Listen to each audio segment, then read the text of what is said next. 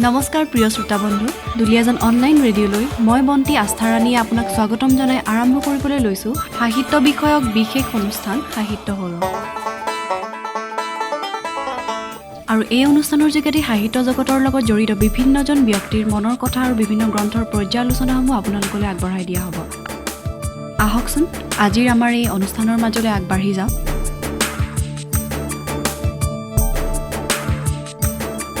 নমস্কাৰ প্ৰিয় শ্ৰোতা বন্ধু, আপোনালোকে শুনি আছে DBC অনলাইন ৰেডিঅ' আৰু মই আছোঁ আপোনালোকৰ সৈতে দীপিকা। আজি আমাৰ লগত উপস্থিত আছে বিশিষ্ট লেখিকা, ঔপন্যাসিক, অভিনেত্ৰী, গীতিকাৰ ডক্টৰ আকাশীতৰা শইকীয়া বাইদেউ। বাইদেউ, আপোনাক আমাৰ অনুষ্ঠানলৈ স্বাগতম জনাইছোঁ। ধন্যবাদ, ভাল লাগিলে তোমালোকে যে মোক মনত পেলালা। হয় বাইদেউ, অসমৰ হয়তো এনেকুৱা এজন ব্যক্তি নোলাব যোনে ডক্টৰ আকাশীতৰা শইকীয়াক চিনি নাপায়। তথাপিও আপোনাৰ নিজা মুখেৰে আমাৰ শ্ৰোতাসকলে আপোনাৰ বিষয়ে জানিব বিচাৰিব। মই কি কওঁ, মই ভাবোঁ যে মই যেতিয়া মই নিজকে চাওঁ, যেতিয়া মই নিজকে জেণ্ডাৰ বা এজ বা প্ৰফেশ্যনত মই নেদেখোঁ, মই ভাবোঁ যে মই মানুহ ভাল পোৱা এজন মানুহ। মই মোৰ নিজৰ বিভিন্ন শিল্পকৰ্মৰ জৰিয়তে অভিনয়ে হওক বা লিখা মেলাই হওক বা গীতিকাৰ হিচাপে হওক বা পয়েট্ৰি হিচাপে হওক বা মোৰ বিভিন্ন অনুষ্ঠানবিলাকত মোৰ লেকচাৰবিলাকৰ সহায় হওক, মই যিমান দূৰ পাৰোঁ মানুহৰ সংস্পৰ্শত, মানুহৰ লগত, মানুহৰ ভালৰ কাৰণে কিবা এটা কৰি যাবলৈ বিচাৰোঁ। মই ভাবোঁ যে সেয়াই পৰিচয়, আমি ইজনে সিজনক ভাল পোৱা একোজন মানুহ। হয় হয়, সাহিত্যৰ লগত আপুনি কেতিয়াৰ পৰা জড়িত হৈ পৰে? সাহিত্যৰ লগত জড়িত মানে সঁচাকৈ সাহিত্য বুলি ক'লে কি ডেফিনেশ্যন দিবা মই নাজানো। আখৰৰ লগত মই জড়িত হৈ আছে একেবাৰে সৰুৰ পৰা। তোমালোকে জানা যে মোৰ দেউতা এজন সাংবাদিক, তেওঁ কমলা শইকীয়া। পাপাই সৰুৰ পৰা একেবাৰে কণমানিৰে পৰা মানে এই হেৰিৰ লগত মানে সাহিত্য বিষয়টোৰ লগত জড়িত কৰি ৰাখিছিলে। ইনফেক্ট দেউতাই মোক যেতিয়া প্ৰথম মানে মোক কেঁচুৱা চাবলৈ গৈছিলে, তেতিয়া মোক এখন কিতাপহে উপহাৰ দিছিলে, মায়ে কয়। গতিকে সেই তেতিয়াৰ পৰাই সাহিত্য মোৰ প্ৰতিটো জন্মদিনতে মোৰ দেউতাই মোক একোখন সাধু কিতাপ বা মোক এনেকৈ বুক ষ্টললৈ লৈ পেলাই সাধু কিতাপহে উপহাৰ দিছিলে। গতিকে লিখা আৰু পঢ়াটো, কিতাপৰ লগত সংস্পৰ্শটো মই যেতিয়াৰ পৰা নিজক মনত পেলাওঁ বা যেতিয়াৰ পৰা নিজক জানো তেতিয়াৰ পৰাই আছে বুলি ভাবোঁ। হয়, যিহেতুকে আপুনি ইমান ধুনীয়াকৈ কৈছে কথাখিনি, আমাৰ শ্ৰোতাসকলে শুনি ভালো পাইছে। হয়, যিহেতুকে অনুষ্ঠানটো সাহিত্যৰ অনুষ্ঠান হয়, তাৰ উপৰিও সাহিত্যৰ পৰা অকণ ফালৰি কাটি মই এটা প্ৰশ্ন সুধিব বিচাৰিছোঁ। আপোনাৰ যিহেতুকে এটা অবিচ্ছেদ্য অংগ আপোনাৰ পৰিয়ালটো, আপোনাৰ পৰিয়ালত কোন কোন আছে জানিব বিচাৰিম। মোৰ পৰিয়ালত তোমালোকে জানাই মা আৰু দেউতা তেখেতলোক দুয়ো ঢুকালে। মা 2013 ঢুকালে। মোৰ দুজন ভাইটি আৰু তেওঁলোকৰ পৰিয়াল, আৰু মোৰ দুহিতা আছে। আমাৰ ছিংগল মাদাৰ।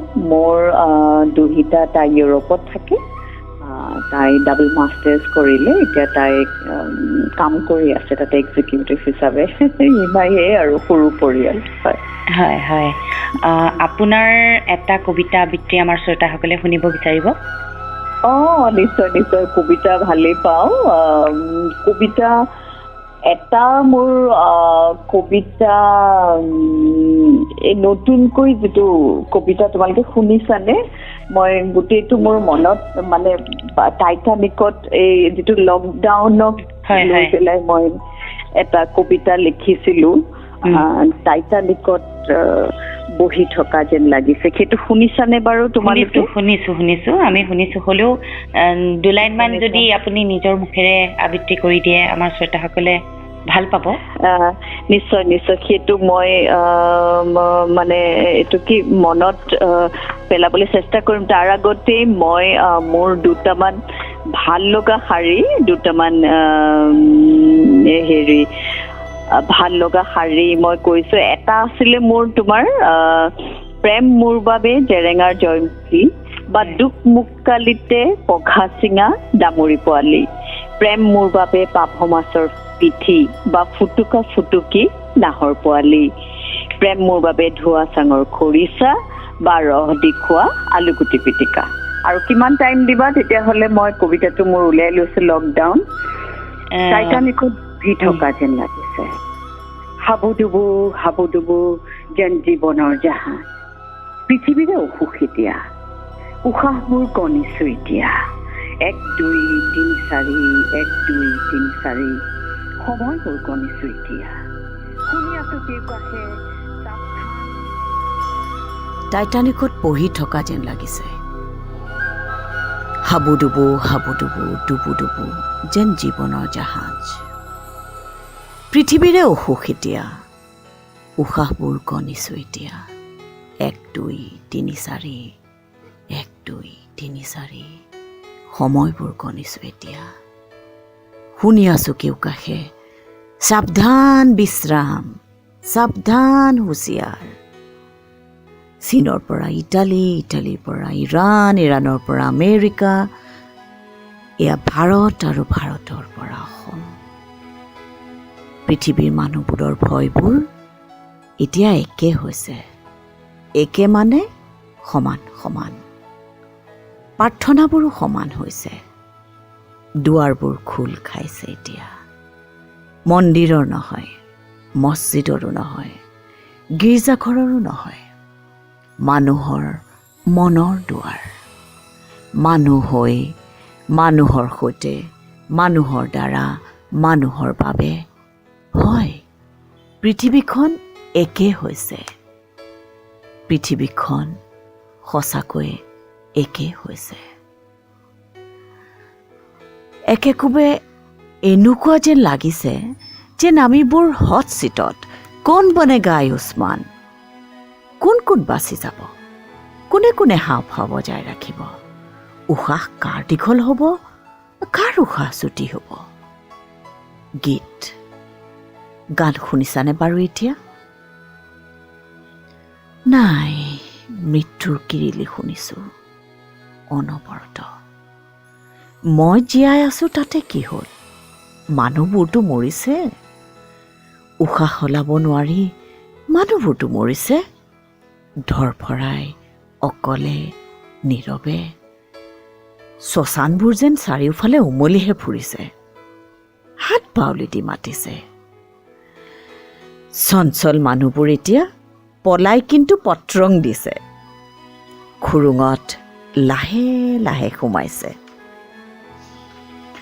মই কৈছিলোঁ নহয় বাৰম্বাৰ আমিবোৰ ভগৱান নহয় ভগৱানো ভগৱান নহয় সেই মানুহবোৰ ভগৱান যি তিলে তিলে গঢ়িছে আমাক সপোন আৰু আৰামৰ মাজত লুই পেষ্টিয়াৰ গ্ৰাহাম বেল টমাছ আলভা এডিছন আৰু মাৰ্ক জুকাৰবাৰ্গ এৰা কথাবোৰ মনলৈ আহিছে ক্ষুদ্ৰতাই বেংক ছটাৰ দৰে চানি ধৰা মানুহৰ যে মনটো এটম নিউক্লিয়াৰ ইনকলাব জিন্দাবাদ হয়তো পৃথিৱী বেজাৰ এতিয়া পৃথিৱীৰ অসুখত এতিয়া পৃথকে আছোঁ এতিয়া মেইনটেইন ডিষ্টেঞ্চ দূৰত আছোঁ এতিয়া সময় গণিছোঁ এতিয়া হট চিটত এতিয়া মই নহয়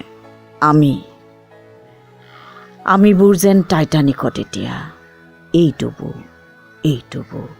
জীৱনৰ জাহাজ নকৈছিলোঁনে মই পৃথকে থকাই ভাল ফেমিলিয়াৰিটি ব্ৰিডছ কণ্টেম্প্ট পৃথকে থকাই ভাল মন গ'লে আমি অনৰ্গল কথা পাতিম ভিডিঅ' কল ফোন হোৱাটছআপ ইনষ্টাগ্ৰাম ফেচবুক গান গাম একেলগে গানো শুনিম একেলগে চকুত থৈ হাতত হাত থৈ নহয় চকুত থৈ উশাহ লম দূৰে দূৰে চোৱাচোন কি যে যাযাবৰী মন পৃথিৱী অসুখত বাঢ়িছে এতিয়া পৃথিৱী জয়াল এতিয়া পৃথিৱী নীৰৱ এতিয়া পৃথিৱী যুদ্ধৰত এতিয়া আৰু আমিবোৰ যেন টাইটানিকত এতিয়া এই ডুবো জীৱনৰ জাহাজ এই ডুবো এয়া জীৱনৰ জাহাজ টাইটানিকত আমিবোৰ টাইটানিকত এতিয়া